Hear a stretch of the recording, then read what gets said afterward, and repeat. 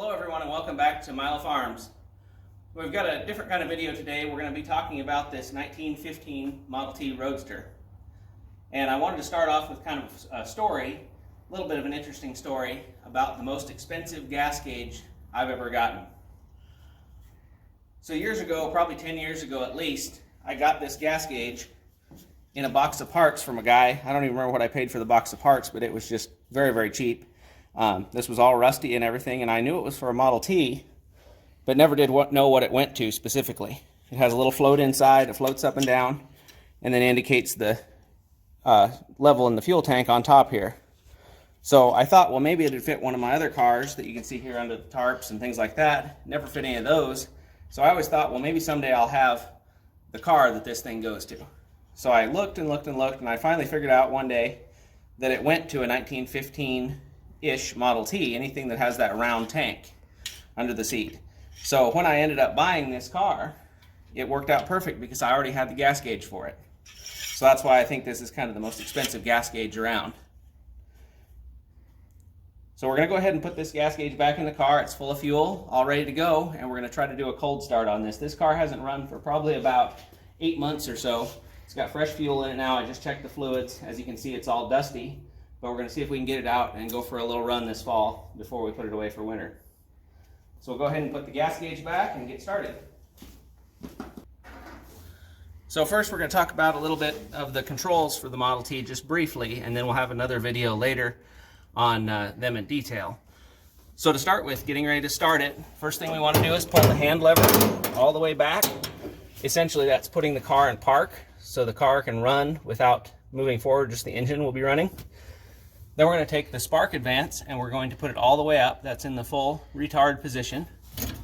Then the throttle, we're going to advance it just a little bit open. And then what we have, this is the key switch down here. We want to make sure that the key is turned off, because first we need to prime the engine with fuel.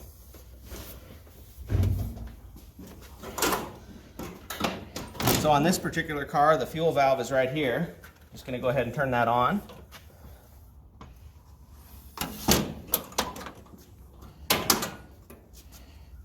And again, we've got the ignition turned off, so we're going to crank the engine over 4 times and prime it with fuel. This can be done with your right hand, as there's no risk of the engine kicking back while we're priming it with fuel. So the choke lever is right here. We pull on the choke lever, and we're going to turn it over 4 times. 1, 2, 3, and 4.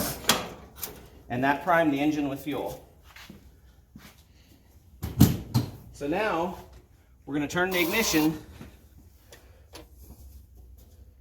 to run, and it's going to be starting on its internal battery, not on the magneto. Then we're going to use our left hand, and you have to use your left hand in case there's a kickback on the engine that you don't hurt yourself. And we're going to give it a few quick bursts.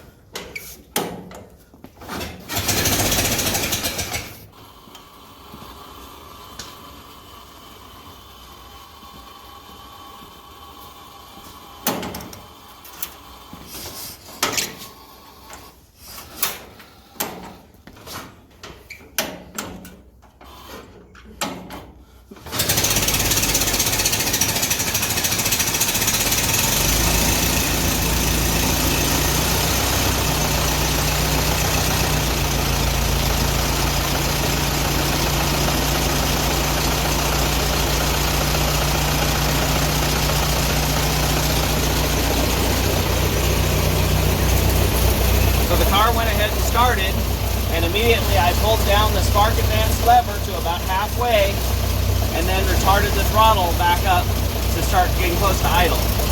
Then on the ignition switch, we're going to quickly switch it over from battery onto magneto. So now the car is producing its own electricity with the magnets inside the engine. So we're going to go ahead and just let it warm up now.